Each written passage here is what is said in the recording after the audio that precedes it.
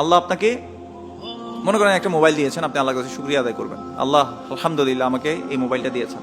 আপনি ওই যে আরেকজন আইফোন 15 প্রো ম্যাক্স একজন নিছে, এখন আপনি যদি চিন্তা করেন যে আল্লাহ ওকে দিছে, আল্লাহ আমাকেও দাও, এভাবে আমরা বলবো না। আমরা বলবো যে আলহামদুলিল্লাহ আমার কাছে যেটা আছে আলহামদুলিল্লাহ, কথাটা বলা যাচ্ছে। অনেকের তো এটাও নাই। যেন রাসূল সাল্লাল্লাহু আলাইহি ওয়াসাল্লাম বলছে তোমরা তোমাদের নিচের দিকে তাকাও, উপরে তাকাবে না। আচ্ছা, এবার যে বিষয়টা বলছি সেটা হচ্ছে নিয়ামতের যদি কেউ শুকরিয়া আদায় না করে তাহলে কি হয়। আল্লাহ সুবহানাহু ওয়া তাআলা বলছেন সূরা নাহলের মধ্যে 112 নম্বর আয়াত, বাসায় গিয়ে একটু দেখতে পারেন চাইলে।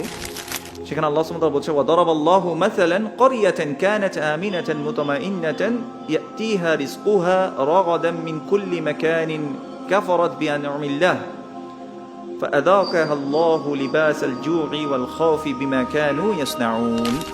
আল্লাহ সুবহানাহু ওয়া তাআলা বলছেন, আর আল্লাহ নিশ্চয়ই দৃষ্টান্ত দিচ্ছেন এক জনপদের যা ছিল নিরাপদ।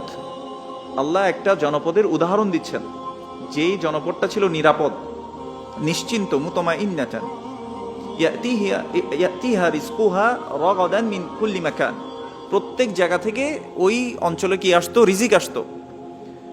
ফাকাফারাত বিআনউমিল্লাহি, তারা আল্লাহর নিয়ামতের ব্যাপারে কুফরি করলো। তার মানে নিয়ামতের শুকরিয়া আদায় করতো না, করেনি। এই জন্য কি দিয়েছে, ফাআযাকাহুল্লাহু লিবাসাল জু', আল্লাহ তাদেরকে আস্বাদন করালেন খিদার। তারপরে লিবাসাল জু' ওয়াল খাউফ, ভয় ভীতি, বিমা কানু ইয়াসনাউন, যে কাজ তারা করেছে, এই যে কুফরি তারা করেছে, এর শাস্তি স্বরূপ আল্লাহ সুবহানাহু ওয়া তাআলা তাদেরকে খিদা দ্বারা কি করলেন, ওই যে অনেক রিজিক আসতো কিন্তু এই রিজিককে বন্ধ করে দিয়েছে। বুঝতে পেরেছি? তাহলে এই জন্য আমরা মনে রাখবো আমাদের যে আযাবগুলো আসে এগুলো আসলে আমাদের হাতের কামাই, আমাদের কোনো গুনার ফল।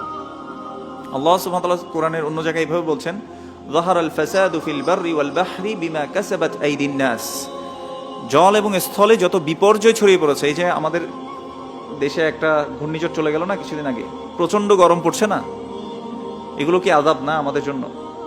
যাহারাল ফাসাদু ফিল বাররি ওয়াল বাহর, জলে এবং স্থলে যত বিপর্যয় ছড়িয়ে পড়েছে, বিমা কাসাবাত আইদিন নাস, এগুলো মানুষের হাতের কামাই। তাহলে গুনার কারণে কি হয়, রিজিক থেকে মানুষ কি হয়, বঞ্চিত হয়, নিয়ামত থেকে বঞ্চিত হয়। আল্লাহ আমাদেরকে বোঝার তৌফিক দান করুন।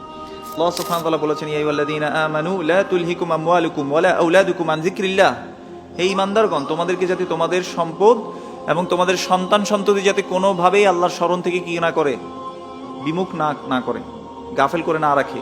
ওয়া মান ইয়াফআল যালিকা ফাউলাইকা হুমুল খাসিরুন, যে বা যারা এটা করবে সে ক্ষতিগ্রস্তদের অন্তর্ভুক্ত হবে।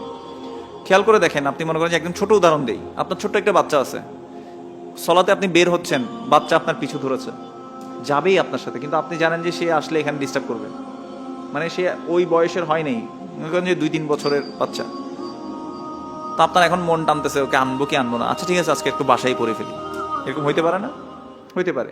আবার দেখেন আপনার বাচ্চা অনেক একটু বড় হওয়ার পরে একটু জেদ করতেছে যে টিভি গেমস মানে PS4 একটা গেমস আছে, ওটা কিনে দিতে বলতেছে। এখন আপনি জানেন যে এটা কিনে দিলে সে আস্তে আস্তে এটার প্রতি আসক্ত হয়ে যাবে।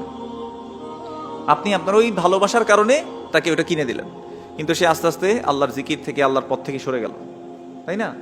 অথবা মনে করেন যে আপনি আপনার ছেলে আপনাকে একটা করে বসলো, জিদ ধরে বসলো যে তাকে একটা গিটার কিনে দিতে হবে বড় হওয়ার পর। এখন আপনি ছেলেকেও ভালোবাসেন, আপনি আবার আল্লাহকেও ভালোবাসেন, আপনি চিন্তা করতেছেন দিব কি দিব না, এটার উপরে ভালোবাসা প্রাধান্য পাইছে কার? ছেলের। এরপর আপনি কিনে দিলেন। এভাবে বিভিন্ন বিষয় আমাদেরকে আসলে আল্লাহর জিকির থেকে, আল্লাহর স্মরণ থেকে কি করে ফেলে, সরাই ফেলে। আবার আপনার সম্পদ, মাগরিবের সময় দোকান বন্ধ করবেন, ওই টাইমে কাস্টমার আসতেছে বেশি, বুঝতে পেরেছেন কিনা? তো তখন যাবো আর নাকি যাবো না, যাবো কি নাকি যাবো না, এই দুইটার মাঝখানে আপনি কি হয়ে গেছেন, ব্লক হয়ে গেছেন। তো আল্লাহ বলছেন, ইয়া আইয়ুহাল্লাযীনা আমানু, যারা ঈমানের দাবি করছো, যারা ঈমানদার, লা তুলহিকুম আমওয়ালুকুম ওয়ালা আওলাদুকুম আন যিকরিল্লাহ, তোমাদেরকে যাতে তোমাদের সম্পদ আর সন্তান সন্ততি কোনোভাবেই যাতে আল্লাহর স্মরণ থেকে বিমুখ না করে। ওয়া মান ইয়াফআল যালিকা ফাউলাইকা হুমুল খাসিরুন, যে বা যারা এটা করবে তারাই ক্ষতিগ্রস্তদের অন্তর্ভুক্ত হবে।